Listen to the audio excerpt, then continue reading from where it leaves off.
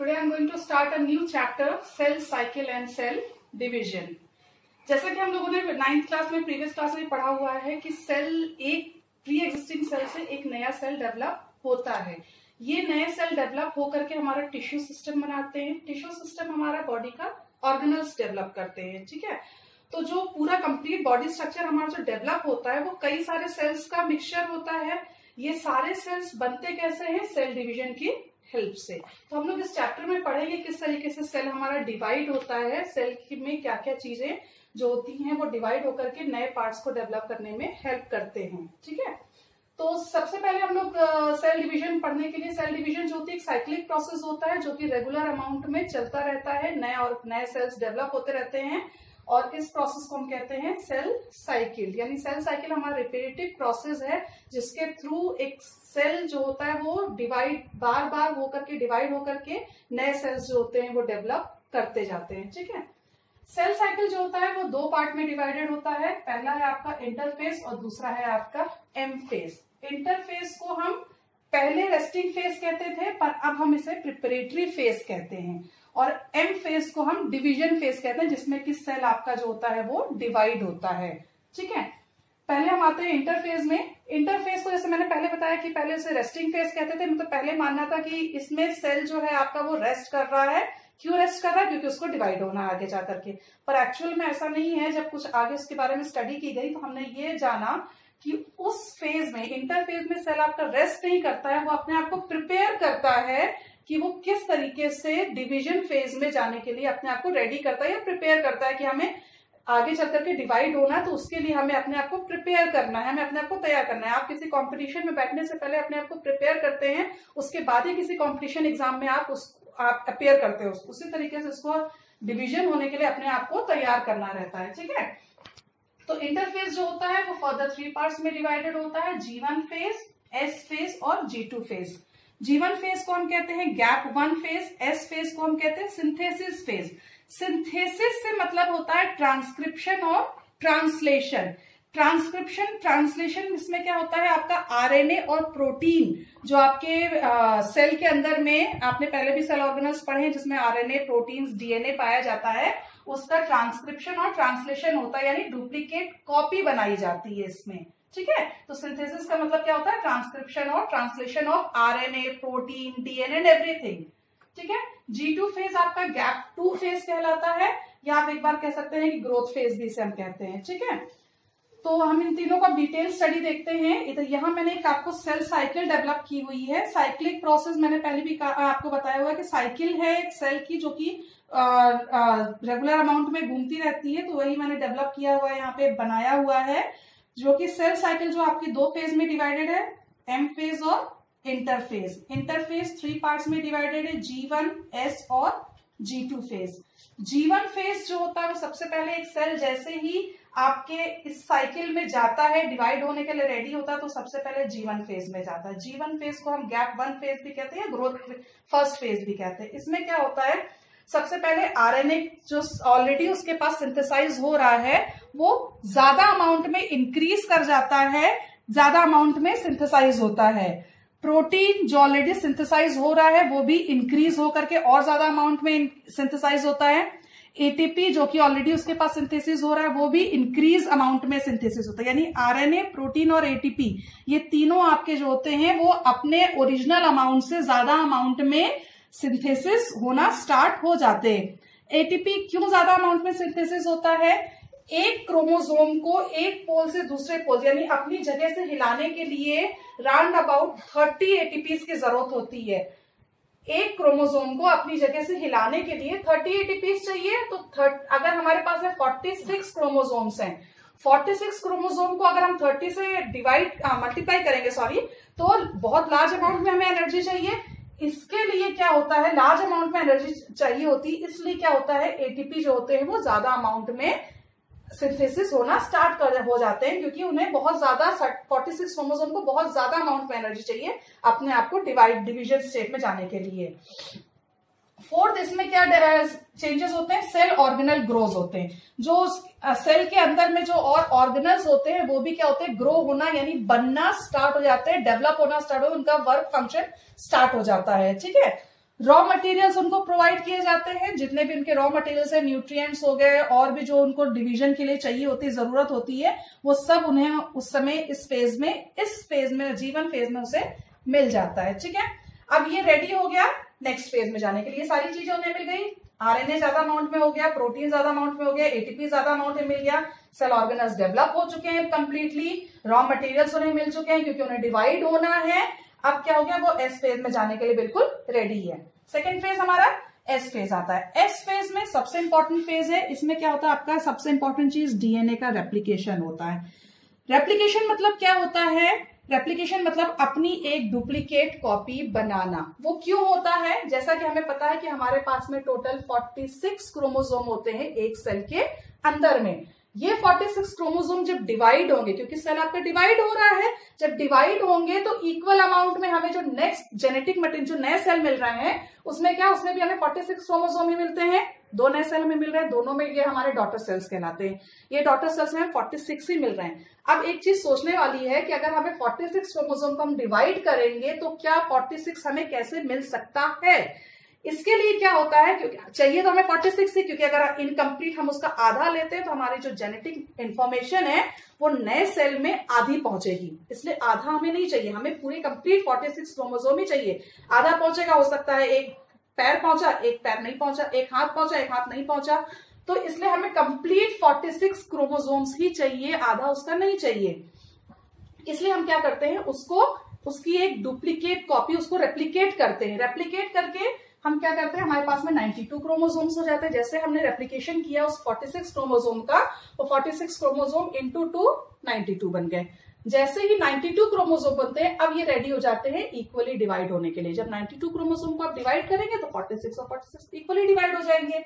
ठीक है, इसको आप एक तरीके से इस तरीके से समझ सकते हैं कि जैसे अगर मुझे अपने मुझे इंफॉर्मेशन देनी है आपको, और वो इंफॉर्मेशन एक पेज के थ्रू मैं आपको लिख करके आपको दे रही हूँ, दो बच्चों में मुझे डिवाइड करनी है सेम इंफॉर्मेशन, तो वो मैं कैसे डिवाइड करूंगी, मैं उस पेज को आधा फाड़ करके भी दे सकती हूँ, पर क्या कंप्लीट इन्फॉर्मेशन आप तक पहुंचेगी? बिल्कुल नहीं। आधी इन्फॉर्मेशन एक बच्चे के पास पहुंचेगी, आधी इन्फॉर्मेशन दूसरे बच्चे के पास पहुंचेगी, पर आपको तो कंप्लीट इन्फॉर्मेशन चाहिए ना। तो मैं क्या करूंगी, उसकी एक डुप्लीकेट कॉपी में बना सकती हूँ।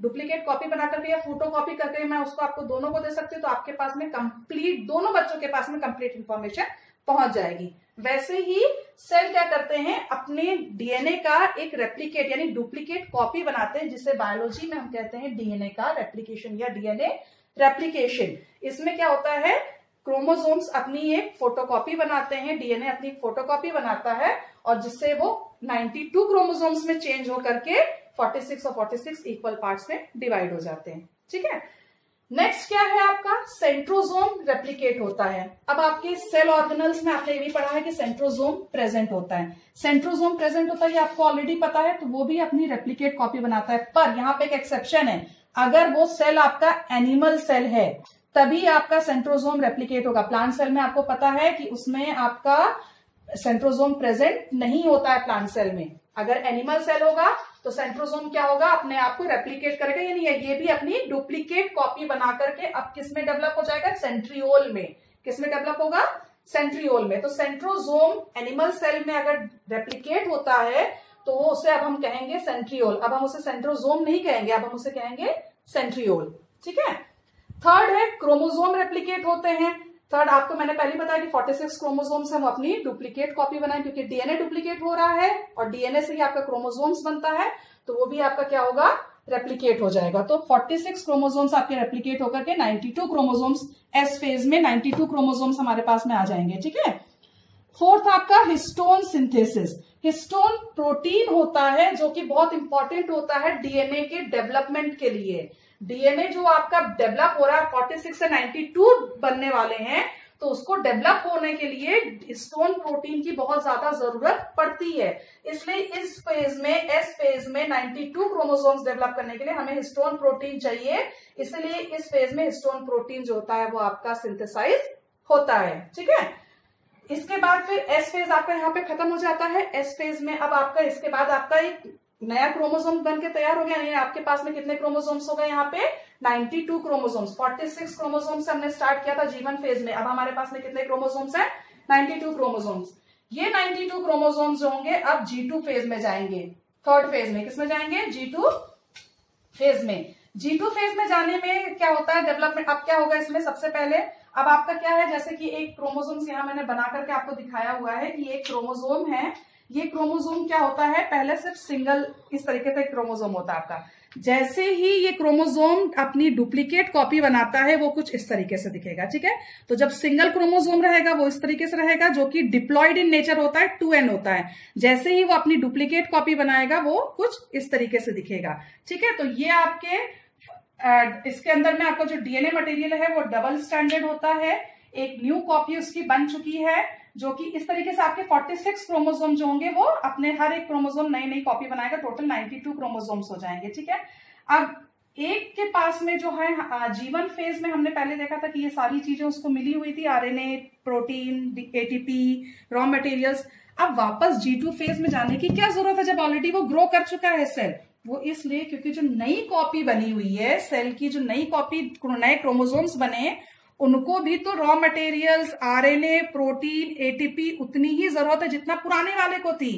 इसलिए हमें वापस G2 फेज में जाने की जरूरत है, क्योंकि वो जो नया क्रोमोसोम बना हुआ है उसके लिए हमें वापस आरएनए चाहिए, प्रोटीन चाहिए, एटीपी चाहिए। इसलिए हम G2 फेज फिर से रिपीट करते हैं, ठीक है। तो इसमें क्या होता है, आरएनए आपका वापस इंक्रीज करेगा सिंथेसिस, प्रोटीन जो सिंथेसिस होगा वो इंक्रीज करेगा, एटीपी सिंथेसिस भी इंक्रीज करेगा।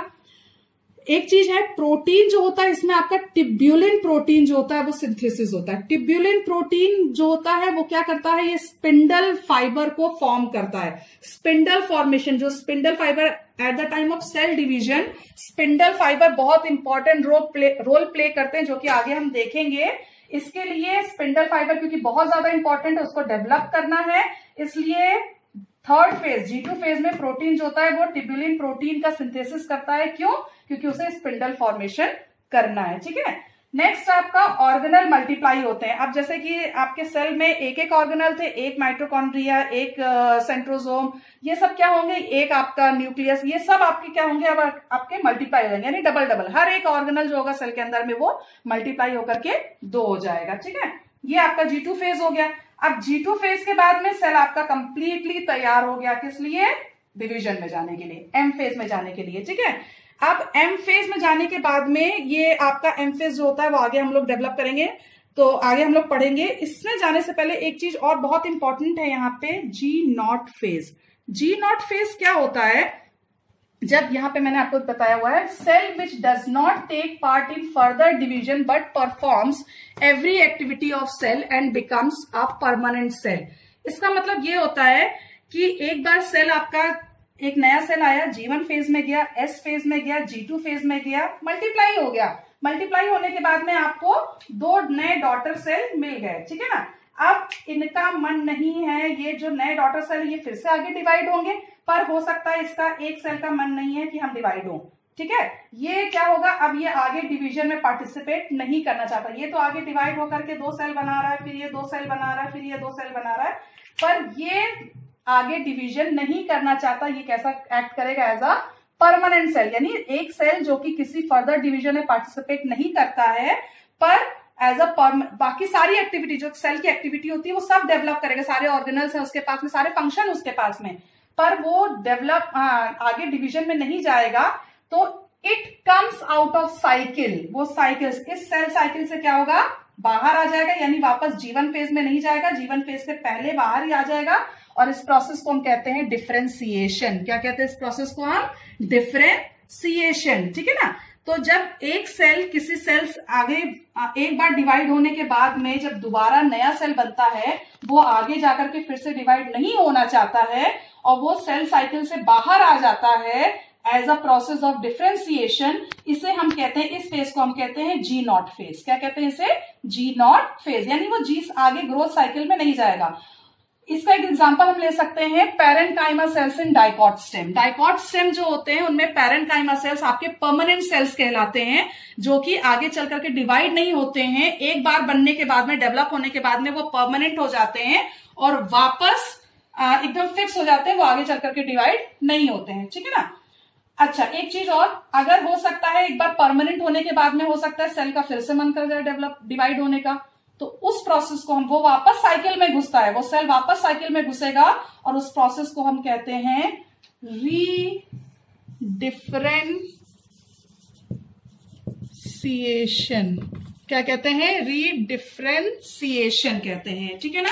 यानी एक सेल जो कि परमानेंट सेल जैसा एक्ट कर रहा है, डिवाइड नहीं होना चाह रहा, पर उसका फिर से डिवीजन, उसको हो सकता है कोई जरूरत आ गई हो कि उसको डिवाइड होना पड़ रहा है, तो वो वापस सेल साइकिल में कूदेगा, G1 फेज में जाएगा, S फेज में जाएगा, G2 फेज में जाएगा, M फेज में जाएगा, और इस प्रोसेस को हम कहते हैं रीडिफरेंशिएशन। क्या कहते हैं इसे? रीडिफरेंशिएशन। यानी वो वापस कंप्लीट सेल साइकिल को पूरा करेगा, ठीक है। अब नेक्स्ट है हमारा ये, यहां तक आपका सेल साइकिल इंटरफेज आपका खत्म हो गया।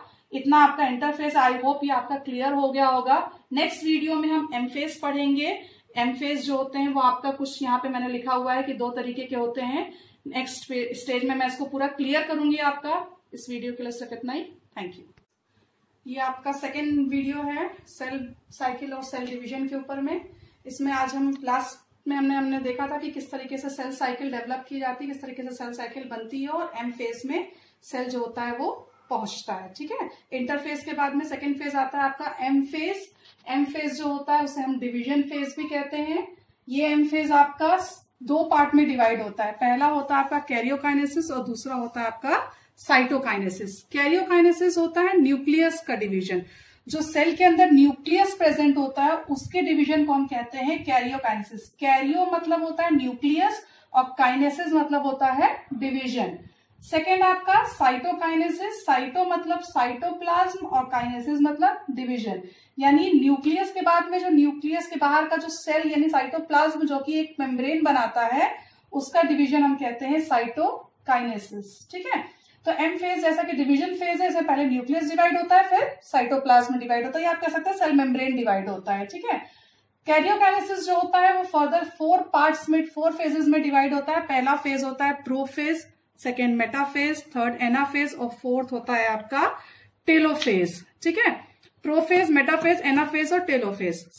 उसके बाद फिर सेल जो होता है वो साइटोप्लाज्म का डिवीजन होता है। उसमें जो साइटोकाइनेसिस जो होता है वो 2 पार्ट्स में होता है। अगर सेल आपका प्लांट सेल है तो वो बाई प्लेट, एक प्लेट बनती है जिसके थ्रू डिवीजन होता है, और अगर सेल आपका एनिमल सेल है तो आपका फरो, एक फरो बनता है जिसके थ्रू डिवीजन साइटोप्लाज्म का होता है, ठीक है। इसके बाद हम एक चीज देखते हैं कि सेल डिवीजन की टाइप्स। हम सबसे पहले सेल डिवीजन, इसको पढ़ने से पहले हम सेल डिवीजन के टाइप्स देखेंगे कि सेल डिवीजन आपके कितने टाइप्स के होते हैं। तो सेल डिवीजन जो आपके होते हैं वो 3 टाइप्स के होते हैं, ए माइटोसिस, माइटोसिस और मियोसिस। ए माइटोसिस जो होता है वो डायरेक्ट डिवीजन कहलाता है। डायरेक्ट डिवीजन जो होता है यानी किसी सेकेंड पार्ट की जरूरत नहीं होती, वो खुद में केपेबल होता है कि वो खुद से डिवाइड कर सके। ये आपके हमेशा सिंगल सेल ऑर्गेनिज्म में पाए जाते हैं, जो कि सिंगल सेल जैसे अमीबा, पैरामीशियम, यूग्लिना, ये सब आपके सिंगल सेल ऑर्गेनिजम्स होते हैं। इनमें हमेशा ए माइटोसिस डिवीजन हमेशा पाया जाता है और ये काम करते हैं रिप्रोडक्शन। अगर रिप्रोडक्शन यानी एक ऑर्गेनिज्म को अपना एक नया ऑर्गेनिज्म डेवलप करना है तो रिप्रोडक्शन कहलाता है, उस प्रोसेस को हम रिप्रोडक्शन कहते हैं। और ये आपके सिंगल सेल में देखा जाता है। इसमें क्या होता है, एक सेल जो कि आपका डिप्लॉयड इन नेचर होता है, वो सबसे पहले क्या होता है, एक सेल होता है जो कि डिप्लॉयड इन नेचर होता है, वो अपने आप को पहले बड़ा करेगा, ग्रोथ करता है। ग्रोथ करने के बाद में उसमें कॉन्ट्रिक्शन होता है। कॉन्ट्रिक्शन यानी वो अपने आप को बीच से, जैसे ये आपका सेल है, ये आपका बड़ा हुआ, सेल आपका बड़ा हो गया, बड़ा होने के बाद में ये जो प्रोसेस होता है इसे हम कहते हैं कॉन्ट्रिक्शन। इस चीज यानी सेल ऐसा था, सेल आपका ये चीज हो गया, इस प्रोसेस को हम कहते हैं कॉन्ट्रिक्शन। इसमें आपका कॉन्ट्रिक्शन प्रोसेस होता है। कॉन्ट्रिक्शन के बाद में ये सेल आपके 2 नए इंडिविजुअल सेल में डिवाइड हो जाते हैं। अब ये नए डॉटर सेल्स बन गए, इनको हम कहते हैं ये न्यू डॉटर सेल्स हो गए। ये पूरा प्रोसेस हमारा एमाइटोसिस होता है, जिसमें अलग से किसी दूसरे सेल की या दूसरे इन्वॉल्वमेंट, किसी दूसरी चीज की इन्वॉल्वमेंट नहीं हुई, ये खुद में केपेबल हो गया और खुद से डिवाइड ही इसने कर लिया। ये हमेशा रिप्रोड्यूस करने के लिए, एक नया ऑर्गेनिज्म बनाने के लिए ही हमेशा यूज होता है, ठीक है। ये आपके सिलेबस में वैसे भी है नहीं ये mitosis, just extra knowledge this is. Second है आपका माइटोसिस, जो कि आपके 10th के सिलेबस में है, बहुत इंपॉर्टेंट है ये। माइटोसिस क्या होता है, इनडायरेक्ट डिवीजन होता है। इनडायरेक्ट डिवीजन यानी ये आपका डायरेक्टली डिवाइड नहीं होता है, इसमें फर्दर कई सारे स्टेप्स होते हैं, जैसे कि कैरियोकाइनेसिस और साइटोकाइनेसिस, जो कि मैंने पहले बताया, ये दोनों स्टेप्स इसमें इन्वॉल्व होते हैं। इसलिए डायरेक्ट डिवीजन ना होकर के ये 2 पार्ट्स में डिवाइड होता है, इसलिए हम इसको इनडायरेक्ट डिवीजन कहते हैं। ये हमेशा मल्टी सेल्यूलर ऑर्गेनिजम्स में पाया जाता है। मल्टी सेल्यूलर ऑर्गेनिजम्स यानी जिनके एक सेल से बहुत सारे सेल्स प्रेजेंट होते हैं बॉडी में, ठीक है। ये हमेशा हमारे बॉडी में दो तरीके के सेल्स प्रेजेंट होते हैं, कुछ को हम कहते हैं सोमैटिक सेल्स और कुछ को हम कहते हैं जर्म सेल्स। जर्म सेल्स हमेशा रिप्रोडक्शन के लिए यूज होते हैं और सोमैटिक सेल्स जो होते हैं वो हमेशा बॉडी की ग्रोथ के लिए यूज होते हैं। जो बॉडी की डेवलपमेंट करते हैं, पार्ट्स डेवलप करते हैं, ग्रो करते हैं बॉडी को, उनको हम कहते हैं सोमैटिक सेल्स। तो माइटोसिस जो होता है वो हमेशा सोमैटिक सेल्स में ही होता है और मल्टी सेल्यूलर ऑर्गेनिजम्स में होता है और इनडायरेक्ट डिवीजन होता है, क्योंकि डायरेक्ट नहीं डिवाइड हो रहा है, ये कई सारे स्टेप्स के थ्रू जाता है, ठीक है। इसमें क्या होता है, एक पेरेंट सेल दो इक्वली डॉटर सेल में डिवाइड होते हैं, यानी डिप्लॉइड डिप्लॉइड डिप्लॉइड ही डॉटर सेल देगा। अगर 46 नंबर ऑफ क्रोमोसोम्स है तो 46 और 46 ही आएंगे। तो ये डिप्लॉइड पेरेंट सेल दो इक्वली डॉटर डिप्लॉइड सेल्स में डिवाइड होता है। अच्छा, माइटोसिस टर्म को सबसे पहले फ्लेमिंग ने दिया था इन 1882। सबसे पहले इसको किसने दिया था? फ्लेमिंग 1882 में इन्होंने इसको डेवलप किया था, ठीक है। थर्ड हमारा माइटोसिस आपका क्लियर हो गया। माइटोसिस के अभी बाकी हम सारे स्टेप्स जो होंगे वो आगे हम डिस्कस करेंगे, क्योंकि अब आपके सिलेबस में इसको हम कंप्लीटली अच्छे से आगे डिस्कस करेंगे। अभी थर्ड हम आते हैं मियोसिस डिवीजन। मियोसिस जो है ये भी आपके सिलेबस में इतना ज्यादा नहीं है, जस्ट एक इंट्रोडक्शन है, तो इंट्रोडक्शन मैं दे रही हूँ आपको यहाँ पे। मियोसिस क्या होता है, ये भी आपका इनडायरेक्ट डिवीजन कहलाता है, क्योंकि ये भी सर्टेन कई सारे स्टेप्स के बाद जो होता है हमें रिजल्ट मिलता है। ये भी आपका मल्टी सेल्यूलर ऑर्गेनिज्म से प्रेजेंट होते हैं और ये हमेशा जर्म सेल्स में ही होता है। किस लिए? रिप्रोडक्शन के लिए। जब बॉडी रिप्रोड्यूस करती है, एक नया ऑर्गेनिज्म डेवलप करती है, तब जर्म सेल्स में यानी रिप्रोडक्शन सेल्स में, जर्माइनल सेल्स में ये मियोसिस डिवीजन आपका होना स्टार्ट हो जाता है, ठीक है। इसमें क्या होता है, मियोसिस जो होते हैं वो दो पार्ट्स में डिवाइडेड होता है, मियोसिस 1 और मियोसिस 2। मियोसिस 1 को हम कहते हैं रिडक्शनल डिवीजन और मियोसिस 2 को हम कहते हैं इक्विटेशनल डिवीजन।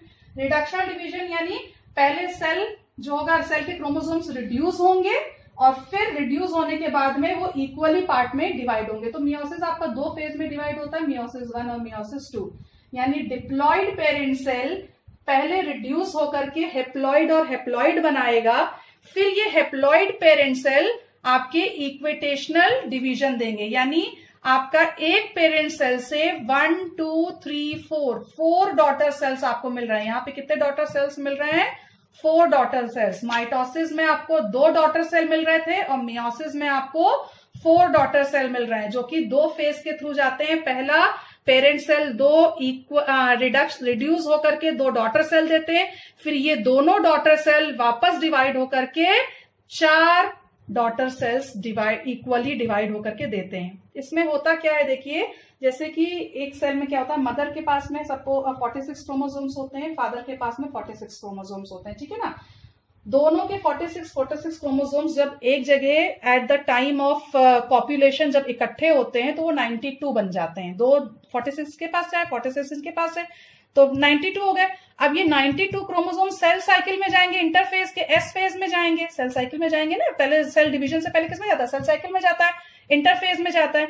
जैसे ही इंटरफेज के एस फेज में ये जाएंगे तो वो क्या होंगे, अपने आप को डुप्लीकेट करेंगे। डुप्लीकेट करके कितने बना लेंगे? ये 184। 92 का डबल कितना हो जाएगा? 184। 184 सेल्स अब क्या होंगे, ये 184 सेल्स अब मियोसिस फर्स्ट में जाएंगे, यानी रिड्यूस होंगे। किसमें? 92 में। फिर ये 92 इक्वली डिवाइड होंगे, 46 46 46 और 46। ये आपके क्या हो जाएंगे? इक्विटेशनल डिवीजन 46। 92 से 46 आप लोग समझ रहे होंगे कि ये रिड्यूस हो रहा है, मैं कह रही हूं उसको इक्विटेशनल डिवीजन। एक्चुअल में ये 92 क्रोमोसोम जो है वो हमारे समझने के लिए है कि हम 92 कर रहे हैं, पर एक्चुअल में ये हैं आपके 46 ही क्रोमोसोम्स हैं। क्यों? क्योंकि मदर और फादर का क्रोमोसोम जो होता है वो एक में मिल जाता है। जैसे कि यहाँ पे मैं आपको दिखा रही हूँ, मदर और फादर, ये मदर का क्रोमोसोम है, ये फादर का क्रोमोसोम है, दोनों आपस में मिल गए, ठीक है। ये दोनों आपस में मिलेंगे और अपने पार्ट्स एक्सचेंज कर लेंगे। इसको हम प्रोसेस को कहते हैं क्रॉसिंग ओवर। क्या कहते हैं? Crossing over. ये क्रॉसिंग ओवर बनाने के बाद में 46 बनाते हैं, जो कि इक्वली डिवाइड हो जाते हैं 46। पर क्योंकि मुझे आपको समझाना है कि ये 46 ना होकर के 92, क्योंकि हम डबल डबल गिन रहे हैं, दोनों डुप्लीकेट कॉपी बना रहे हैं, तो 92 रहेंगे, ठीक है। तो इक्वली डिवाइड होते हैं। तो पहला वाला फेज हमारा रिडक्शनल डिवीजन कहलाता है, दूसरा फेज हमारा इक्विटेशनल डिवीजन कहलाता है। आई होप मियोसिस आपका क्लियर हो गया। इसे सबसे पहले डेवलप किया था वान बेंडर ने, और ये टर्म जो दिया था फार्मर और मूरे ने 1905 में इसको दिया था। ठीक है, मियोसिस ज्यादा आपके में है नहीं, इतना ही आपके सिलेबस में है और इतना ज्यादा आपके में है नहीं, सिर्फ इंट्रोडक्शन है, तो मैंने इंट्रोडक्शन आपको दे दिया। इसकी डिटेल स्टडी, इसमें बहुत सारे प्रोसेसेस हैं, डिटेल स्टडी जो होंगी वो आप किस तरीके से ये 84, 184 हो रहा है, 92 हो रहा है, 46 हो रहा है, ये डिटेल स्टडी आप नेक्स्ट आपके क्लासेस में है, यहाँ आपके सिर्फ इतना ही है। ठीक है, तो हम लोग वापस अपने माइटोसिस में चलते हैं। माइटोसिस में जैसे मैंने आपको बताया कि एक पेरेंट सेल दो इक्वली डॉटर सेल में डिवाइड होते हैं। ठीक है, तो माइटोसिस जो होता है वो आपका दो प्रोसेस में डिवाइड होता है, कैरियोकाइनेसिस और साइटोकाइनेसिस। कैरियोकाइनेसिस का फर्स्ट स्टेप है आपका प्रोफेज। इसमें क्या होता है, आपको अगर आपका पुराना वाला याद होगा तो इंटरफेज में क्या हुआ था, इंटरफेज में हमने देखा था कि सेल जो है वो पूरी तरीके से यानी न्यूक्लियर मेम्ब्रेन प्रेजेंट हो, सब चीज प्रेजेंट होता है। उसके बाद फिर जैसे ही वो सेल एम फेज में पहुंचता है, इंटरफेज के बाद में एम फेज में पहुंचता है, तो कैरियोकाइनेसिस का फर्स्ट प्रोसेस होता है प्रोफेज। इसमें क्या होता है, सेल का जो न्यूक्लियर मेम्ब्रेन होता है वो डिसअपियर होना स्टार्ट हो जाता है। सेल में आपकी न्यूक्लियर मेम्ब्रेन प्रेजेंट होता है, वो डिसअपियर होता है। सेकंड क्या होता है, centriole moves to opposite poles. मैंने आपको पहले बताया था कि सेंट्रोजोम जो थे वो रेप्लिकेट हो जाते हैं, और रेप्लिकेट होने के बाद में वो क्या डेवलप करते हैं, सेंट्रियोल बन जाते हैं। मैंने आपको ये चीज बताया था जब एस फेज में आपको पढ़ा रही थी, तो कि एस फेज में क्या था, सेंट्रोजोम डिवाइड होकर के या रेप्लिकेट होकर के सेंट्रियोल बन जाते हैं। तो ये सेंट्रियोल जो होते हैं वो ऑपोजिट पोल्स में यानी सेल के ऑपोजिट पोल्स में जाना स्टार्ट हो जाते हैं, मूव करने लगते हैं।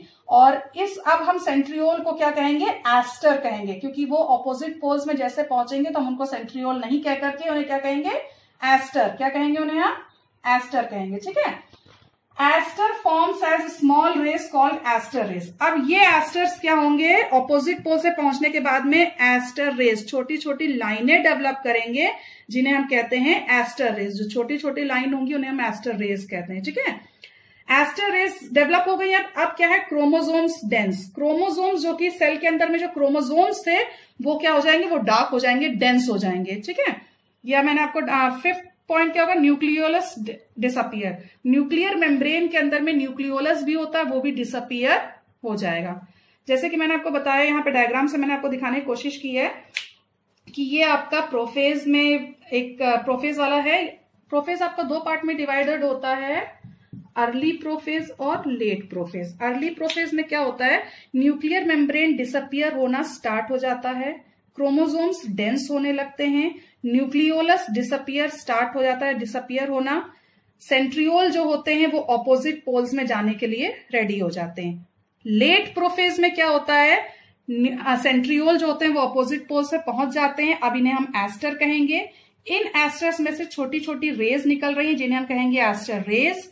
क्रोमोसोम्स आपके फुल्ली अब आपको क्लियर क्रोमोसोम्स दिखने लगते हैं जो कि डुप्लीकेट बन जाते हैं। इससे पहले आपके क्रोमोसोम्स जो होते थे वो सिर्फ धागे जैसे, ये थ्रेड जैसे स्ट्रक्चर दिखते थे, किसमें, इंटरफेज में। पर अब ये क्या है, आपको क्लियर क्रोमोसोम्स जो कि एक बटरफ्लाई स्ट्रक्चर डेवलप कर लेते हैं।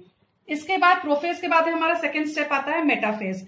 मेटाफेज में क्या होता है, मेटाफेज में जो आपके क्रोमोसोम्स होते हैं वो इक्वेटर में आकर के इकट्ठे हो जाते हैं, कम्स इन इक्वेटर। ये सारे के सारे क्रोमोसोम जितने थे वो पूरे के पूरे लाइन से इक्वेटर पे आकर के इकट्ठे हो जाते हैं। और एस्टर रेज यानी एस्टर में से एक बड़े बड़े लाइंस, थ्रेड लाइक स्ट्रक्चर्स निकलते हैं जिन्हें हम कहते हैं स्पिंडल फाइबर्स। क्या कहते हैं इन्हें हम, स्पिंडल फाइबर कहते हैं। बड़े बड़े रेज निकलेंगी, धागे जैसे स्ट्रक्चर्स निकलते हैं जिन्हें हम कहते हैं स्पिंडल फाइबर्स। ये स्पिंडल फाइबर्स क्रोमोसोम, ये आपका जैसे क्रोमोसोम है तो क्रोमोसोम का जो बीच वाला स्ट्रक्चर होता है इसे हम कहते हैं काइनेटोकोर। क्या कहते हैं इसे हम, काइनेटोकोर कहते हैं। इन काइनेटोकोर में बीच में आकर के स्टिक हो जाते हैं। जैसे कि ये आपका क्रोमोसोम है, ये काइनेटोकोर है, इस पे आकर के आपके स्पिंडल फाइबर जो होते हैं वो चिपक जाते हैं। क्यों चिपकते हैं, क्योंकि इन्हें क्या करना है, जैसे आपके क्रोमोसोम्स, ये आपके इस तरीके से क्रोमोसोम्स हैं तो इसको बीच से इक्वली डिवाइड करना है, इसलिए आधा पार्ट इधर जाएगा, आधा पार्ट दूसरे पे, आधा पार्ट ऊपर वाले पोल पे जाएगा, दूसरा पार्ट आधा नीचे वाले पोल पे जाएगा। इसलिए इसको स्टिक होना बहुत जरूरी है। जब स्पिंडल फाइबर दोनों तरफ से आकर के स्टिक होगा तभी इक्वली ये अपने आप तरफ में खींचेगा। अगर पता चला स्पिंडल फाइबर सिर्फ एक ही तरफ से स्टिक है तो ये पूरा का पूरा क्रोमोसोम एक तरफ में चला जाएगा, तो हमारे पास में क्या होगा, जो दो पार्ट में डिवाइड हो रहा है सेल, एक तरफ में 46 ना जाकर के 47 पहुंच जाएंगे, 48 पहुंच जाएगा, जिससे कि उसके पास में जेनेटिक मटेरियल ज्यादा पहुंच जाएगा, जो कि सेल का स्ट्रक्चर जो है वो या क्रोमोसोम्स का स्ट्रक्चर जो है वो गड़बड़ा सकता है। ठीक है, इसलिए स्पिंडल फाइबर को काइनेटोकोर से स्टिक होना बहुत जरूरी है। अच्छा, स्पिंडल फाइबर किससे बनता है, मैंने आपको पहले बताया कि प्रोटीन डेवलप होती है टिब्यूलिन, G2 फेज में डेवलप हुई थी टिब्यूलिन प्रोटीन, जो कि स्पिंडल फाइबर का फॉर्मेशन कर रहे हैं। ठीक है, एक चीज और, स्पिंडल फाइबर यहाँ आपके दो तरीके के होते हैं, एक होता है आपका कंटिन्यूअस स्पिंडल फाइबर, दूसरा होता है आपका डिसकंटिन्यूअस स्पिंडल फाइबर। इसमें आप डायग्राम में अगर देखिए तो ये जो रे जो जा रही है ये यहां से यहां तक गई है, यहाँ काइनेटोकोर में आकर के स्टिक हो गई है, फिर नीचे से एक रे गई है ये, और ये भी आकर के स्टिक हो गई है।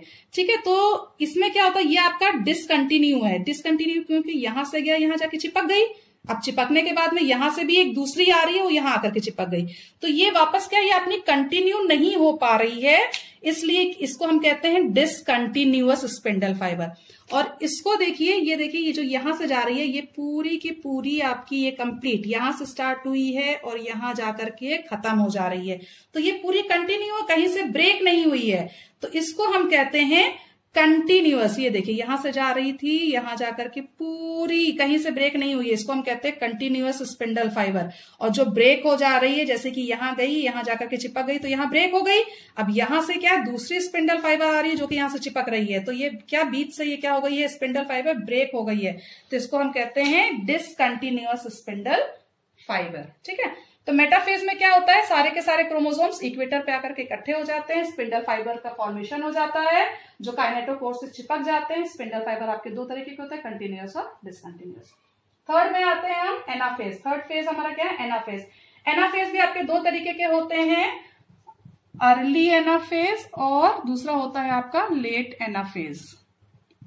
ठीक है, अर्ली एनाफेज और लेट एनाफेज। अर्ली एनाफेज में क्या होता है, अब ये जो पोल्स के जो स्पिंडल फाइबर्स हैं वो क्या करते हैं, ये अपने अपने तरफ में क्रोमोसोम्स को खींचने की कोशिश करते हैं, खूब जोर लगाते हैं कि क्रोमोसोम्स टूट जाए बीच से। ठीक है, तो ये क्या होते हैं, स्टार्ट डिवाइडिंग, यानी यहां से क्रोमोसोम्स क्या हो जाते हैं, ब्रेक होना स्टार्ट होकर के पोल्स की तरफ में जाने लगते हैं। ये आपका अर्ली एनाफेज में। लेट एनाफेज में क्या होता है, क्रोमोसोम जो होते हैं जो कि डिवाइड हो चुके हैं, टूट चुके हैं, वो क्या हो जाते हैं, पोल्स की तरफ में पूरी तरीके से पहुंच जाते हैं और reach to poles, opposite poles पे वो पहुंच जाते हैं। अब इसके बाद क्या आता है आपका टेलोफेज।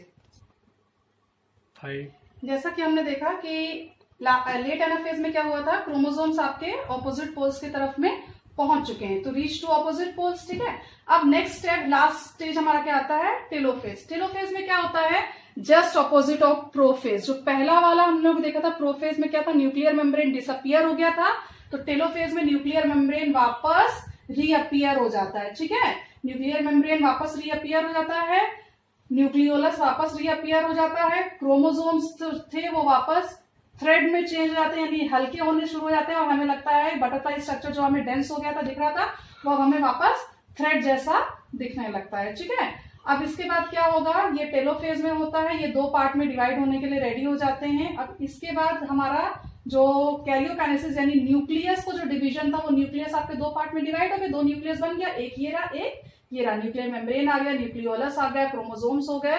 तो अब हमें क्या होगा, ये अब सेल, अब जो आपका साइटोप्लाज्म है यानी सेल मेम्ब्रेन है, वो आपका डिवाइड होगा किसमें, नेक्स्ट स्टेज में, साइटोकाइनेसिस में। साइटोकाइनेसिस में अगर एनिमल सेल होगा तो आपका फरो से होगा, और अगर प्लांट सेल होगा तो आपका बाइप्लेट होगा। इसमें क्या होता है, आपका प्लांट सेल बाइप्लेट से डिवाइड होंगे, दो डॉटर सेल्स बना देंगे, यानी एक प्लेट जैसी बन जाएगी बीच में, जो कि डिवाइड करेगी दो सेल को, और जो कि आपके इस तरीके से कुछ डेवलप हो जाएगा। ये आपका इस तरीके से ये आपके नए सेल्स बन गए, जिसके अंदर में न्यूक्लियोलस है। और अगर एनिमल सेल रहेगा तो फरो से डिवाइड होगा, जो कि आपका ये बाहर वाला साइटोप्लाज्म, सेल मेम्ब्रेन, और अंदर उसके अंदर न्यूक्लियस हो गया। ठीक है ना, इसमें आपका न्यूक्लियोलस वापस है, न्यूक्लियर मेम्ब्रेन है, सेंट्रोजोम है, और ये बाहर वाली जो लेयर है वो आपकी किसकी है, सेल मेम्ब्रेन की है। ठीक है, तो साइटोकाइनेसिस से दो आपके डॉटर सेल्स मिल गए, दोनों तरीके से प्लांट सेल हो चाहे एनिमल सेल हो, आपके 2 डॉटर सेल्स आपको मिल गए। तो ये आपका इस तरीके से पूरा डिवीजन होता है एम फेज में, जिसे हम माइटोसिस डिवीजन कहते हैं। आई होप ये आपका क्लियर हो गया होगा कि डिवीजन कैसे होता है, इसमें कोई भी दिक्कत नहीं होनी चाहिए। और पूरा डिवीजन आपको दिया हुआ है, पूरे डायग्राम्स के साथ आपको समझाया है। आई होप आपने नोट किया होगा और सब चीज बिल्कुल क्लियर होगी। Thank you.